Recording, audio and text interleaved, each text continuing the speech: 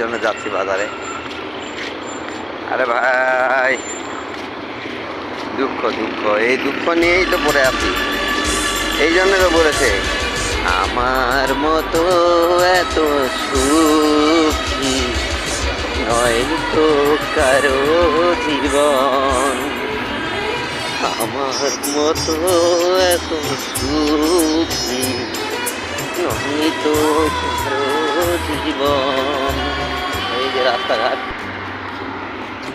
কত কষ্টে আছি প্রবাসেতে, দেখে না পরিবার আপনজন, আমার মতো এত সুখী নয় তো কারো জীবন।